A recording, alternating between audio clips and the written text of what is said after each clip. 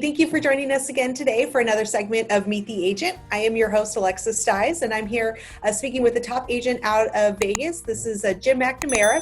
He works with the Signature Real Estate Group, and he services Las Vegas and Henderson and the surrounding areas. So first, I just want to say thank you, Jim, so much for agreeing to meet with us today.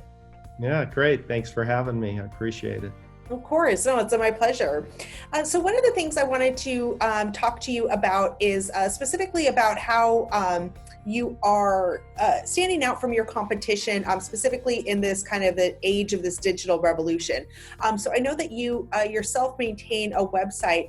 Can you talk a little bit about what you do with that website and the kind of like content and stuff that you post on that site? Yeah, it's the website is jimkmcnamara.com, and it's a website I created to really help my clients, guide them through a lot of the process of buying and selling homes. It gives you the ability to not only search for your dream home, but it tells you a little bit about me, my background, some of the processes. And then one of my favorite parts is all the blogs that I provide. My background is in financials and negotiations. So I spend a lot of time on statistics and information in the economy, not only in the Las Vegas and surrounding area. Gotcha. Yeah. I mean, I think that real estate and finance, they do tend to dovetail into each other. So as somebody with a background in finance and then now also being in real estate, what are some of the most common misconceptions that you find the layperson has about financing in real estate? I think you're mentioning here a little bit about the buyers and financing, and typically the buyers are a little, they always think that they have to put 20% down. That's one of the things that I hear the most of is the common misconception. The lending process now, again, with credit over a 580, you can qualify and you don't always need 20% down. Of course, it mitigates some of the insurance that you have to buy on the loan, but certainly 20% is not the norm. 20% is typically the norm for people in the investment market. That is not going to be their primary home. So that is probably the biggest misconception. The other thing is they tend to think that houses are expensive or overpriced. Our market here has consistently grown. It's one of the fastest growing markets in the United States. And the trend is just continues to rise. So it's best to not wait is the best way to put it. People tend to keep renting and waiting rather than buying into this market. It's always better to buy, considering you can afford it, and also the payments make sense. For example, if you're making, a $1,500 payment per month in a rental area or in a rental apartment or home, you can almost afford almost a $300,000 home in that same scenario. So is it as affordable as some people think? Yeah, it can be. It just depends on, your ability to come up with that monthly payment, but it's always better to own than rent. Definitely. No, I agree. Although I do have encountered some people that are kind of underestimate the cost of home ownership. Like you said, there is that the mortgage payment that you have to worry about. But what are some of the other things that you need to take into account when you're determining what it is that you can afford? Well, certainly credit is the knee-jerk reaction. The answer here is you have to have good credit stability. They look at debt to income, and so therefore if you have a lot of debt in your portfolio, that is going to affect how much house you can buy, how much you can afford, how much pre-approval you really get for buying a home or your home potential. So it changes person to person, but it's certainly a variable that you have to be leery of, that you don't want to take on too much debt. And when you're going through the process, you certainly don't want to change anything. I've had clients that, they quit their job, they take money out of the bank account. These are things that you cannot do during that buying process. So yeah, there's just some good guidelines and some good training, and really that communication between the client and the realtor agent is most important, so they know what's coming and what they can expect in the process. So you were mentioning ways that you have to kind of educate people when you are working with them to buy or sell. And I know specifically that you do like the niche market, working with sellers. What are some ways that you're able to prepare your sellers for the process and communicate with them about what things that they'll need to do? Yeah, my specialty is really the being a seller agent. I work closely with people that are looking to either move or relocate. That just comes from my background of understanding finance and negotiation, and I'm able to bring a lot more to the table, not only marketing, specific marketing, but also somebody that knows how to price the home correctly and kind of create that snowball type environment so that the house that is on the market can quickly be sold at the maximum dollar. As far as walking people through the process, I not only have training videos, but again, it comes down to communication between the client and the agent themselves, like myself, that really walks them through the process, what they can expect, what happens when an offer does come in, and what does that mean? What if it's too low? These are things that obviously an agent has to really guide the client through and make them understand that we may strategize very much so from the standpoint that we may want to counter offer, but it may be something that may be totally different that's not on the table that they initially offered. For instance, we may want to achieve a little more dollars and cents if we close sooner, if that's available. So there's all types of different directions and negotiating points that you can utilize. Of course, I use special ones that I bring into my campaigns, but there's many that I use. That was just one example, but it's very important to have an agent that knows those different negotiating points and tips. Well, and moving now more towards, speaking with other real estate professionals, what are some of the challenges that you have come across in the last year or so growing your book of business, and what were some ways that you've been able to overcome some of those challenges? Really, I think I mentioned the market here is really booming. I mean, Las Vegas and Henderson's a real city now, and so I'm gonna pause your question just for a second and kind of put Las Vegas and Henderson on a soapbox. We are one of the fastest growing cities in the United States. We are a legit city now. We have over 2.7 million people here and growing. And so we have professional hockey team, we have a professional football team coming, we have a professional soccer team, professional women's basketball. The list keeps growing. Do I think baseball is coming soon? Yeah, I think professional baseball is not too far. So one of the challenges that we really have as far as growing book of business, it's a totally different subject. But one of the challenges that we have right now is buyers coming into the area and going, hey, I want to find my dream home.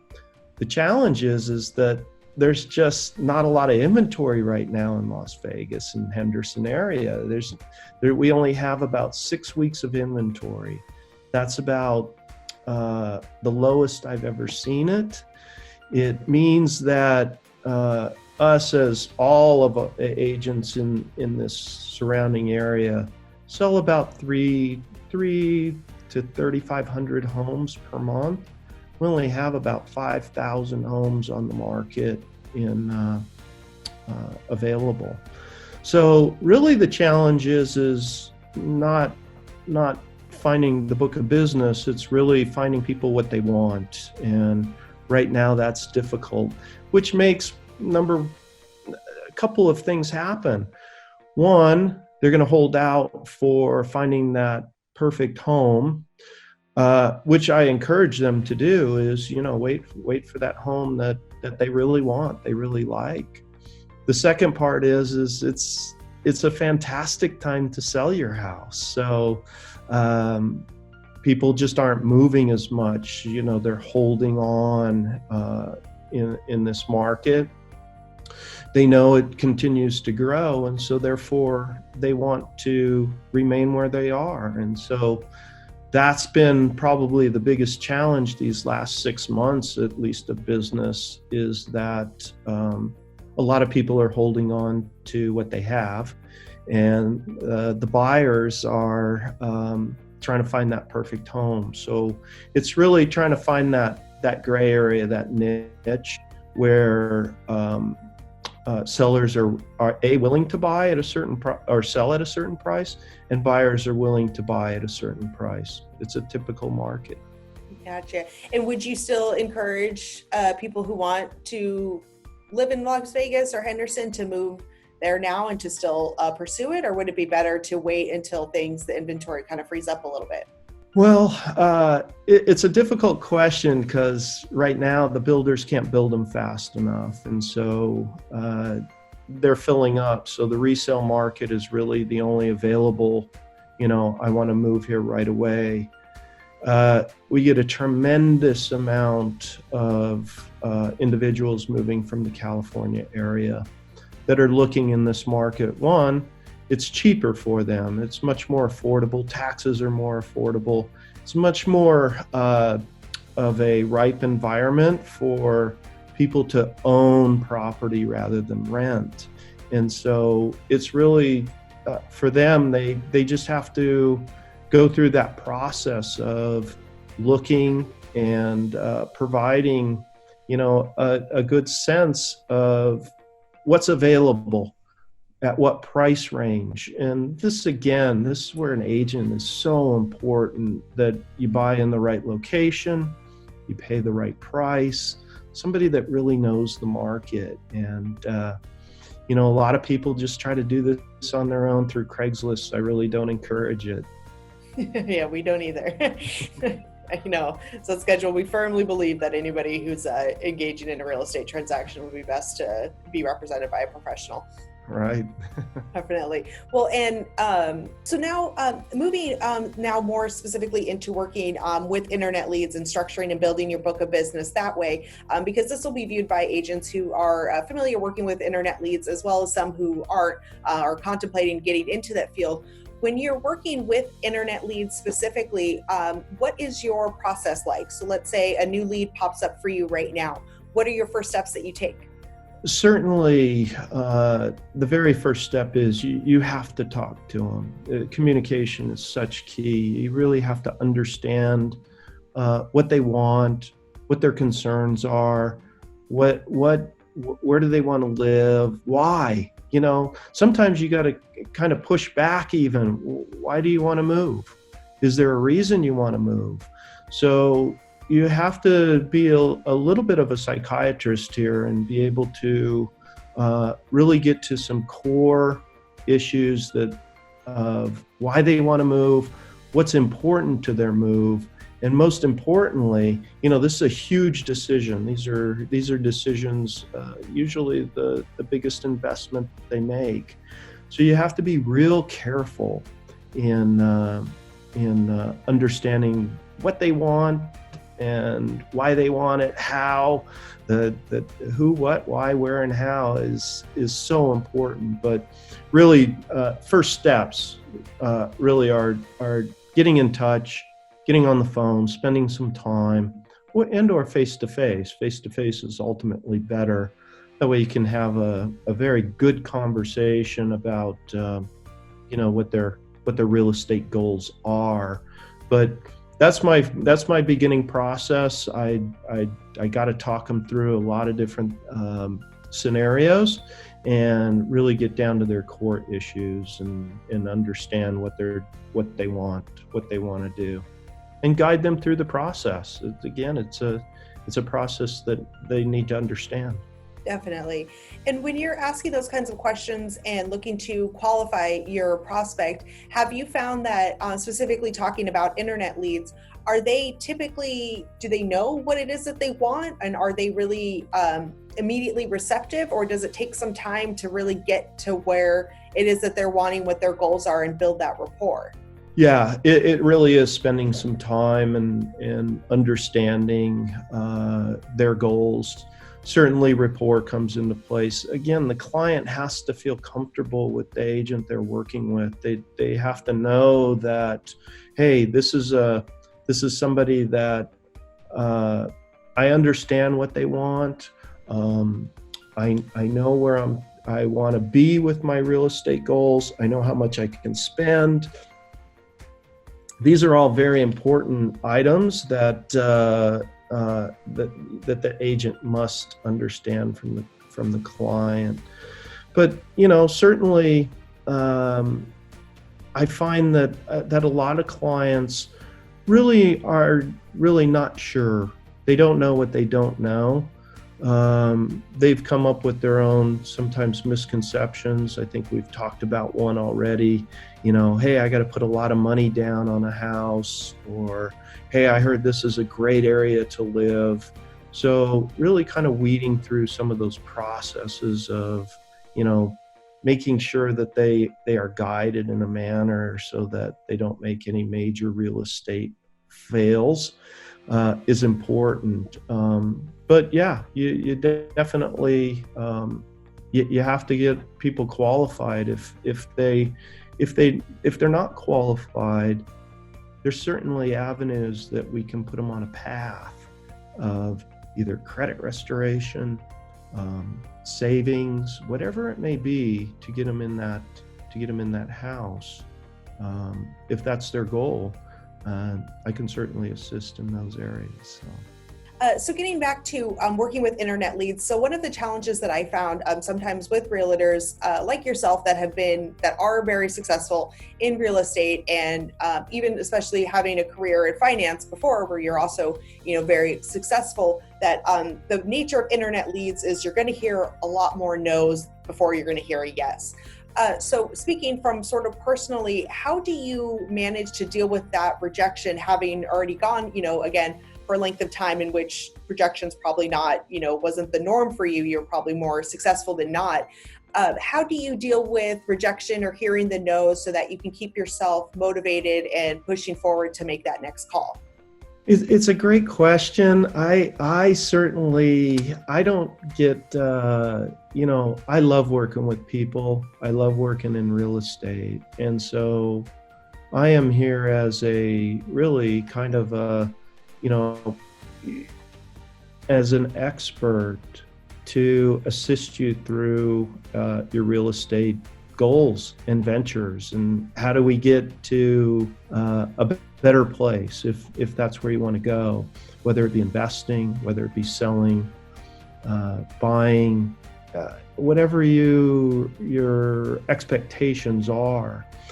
I really don't get any real rejection fears or concerns about it. I just look at it as somebody that's not interested right now. They maybe they're on a different wavelength. They have different goals. They may be in not a real estate scenario where they can either A, afford it, or B, don't want it.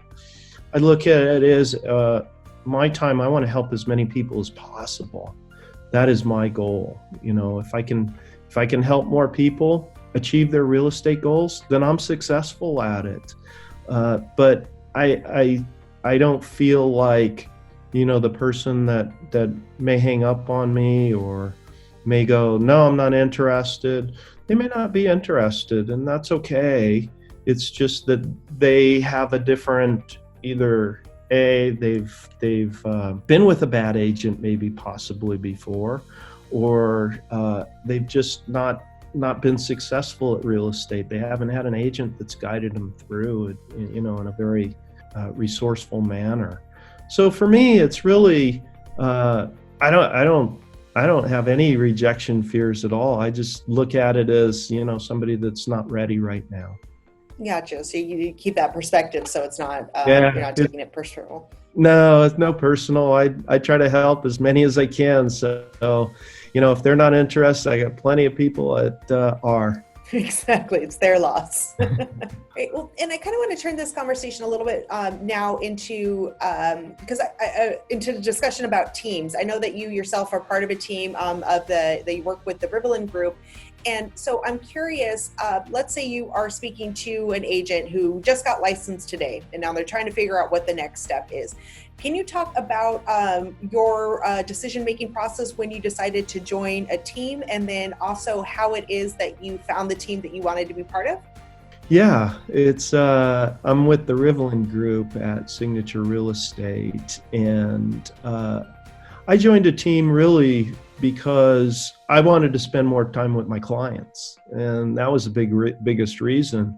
If I was doing administrative tasks and marketing campaigns, the beauty to me is really with the team is that I have somebody that does marketing. They're professionals at it. I have somebody that does transactions and coordinates all the paperwork. Not that I don't know it, because you definitely have to know the agreement and the contract. At the end of the day, that's what it comes down to. But my focus is really, understanding the finance and finding that home or selling that home for that client.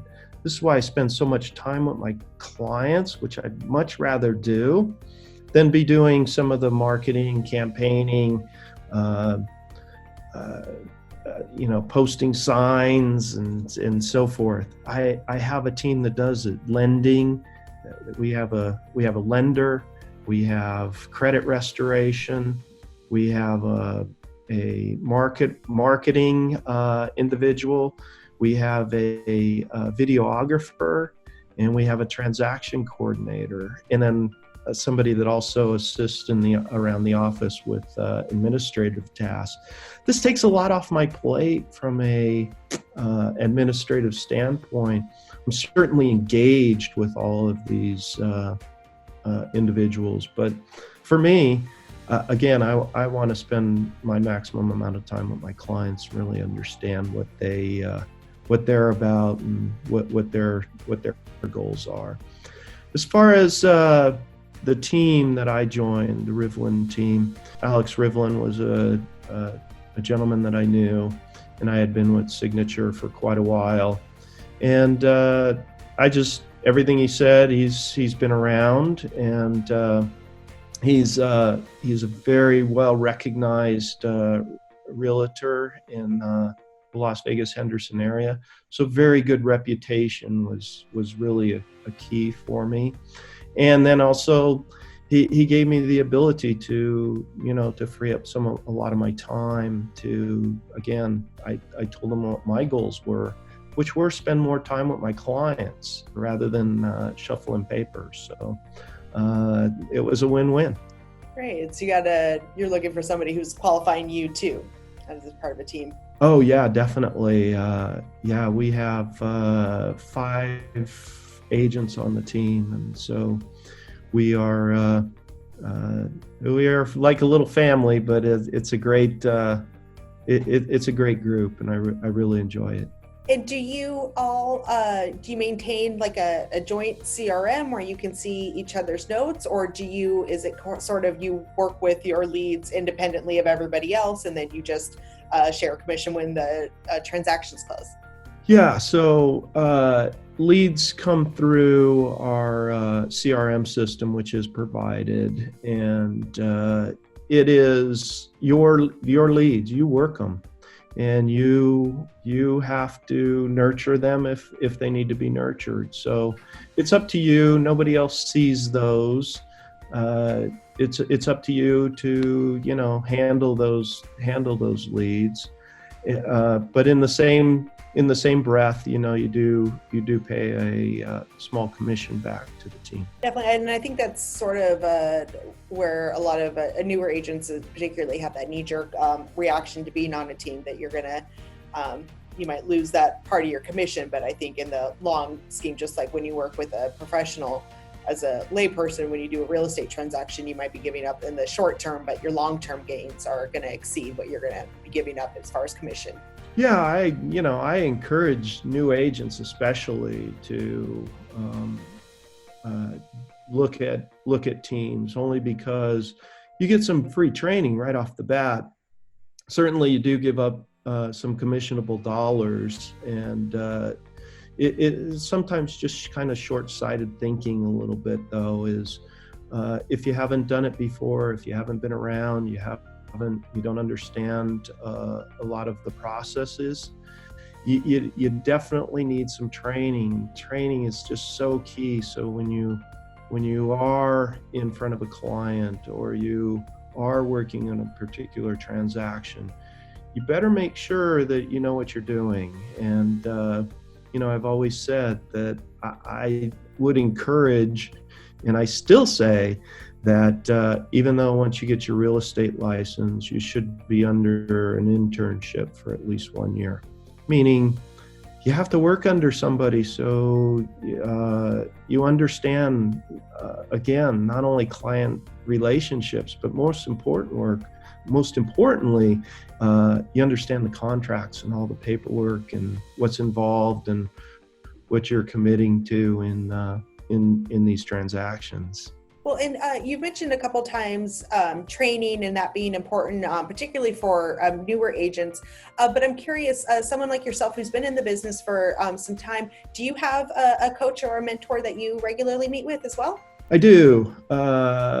If I can post him here a little bit, Dale Archdeacon is the gentleman I work with on a consistent basis. He's been a great mentor, and he's just great help, and has worked through a lot of the processes with me, and so yeah, go Dale.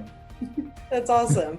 Well, and so what is it? Because I understand, when you're first getting into real estate and you're not sure about contracts and the technicalities and logistics of all of that, that probably takes up a significant portion of the mentoring or training that goes on. But someone like yourself, where you're skilled as far as the technical know-how when it comes to real estate transactions, what are the benefits? Why are you still continuing to pursue mentorship? What is it that you get from Dale?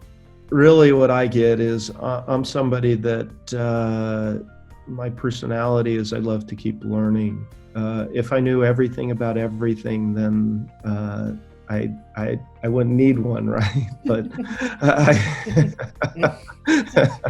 I'm not there yet. I don't know everything about everything, and so yeah, it goes back to the same scenario that let the experts, let the professionals do what they do best. And so I'm somebody that always wants to continue to learn. I want to continue to raise the bar.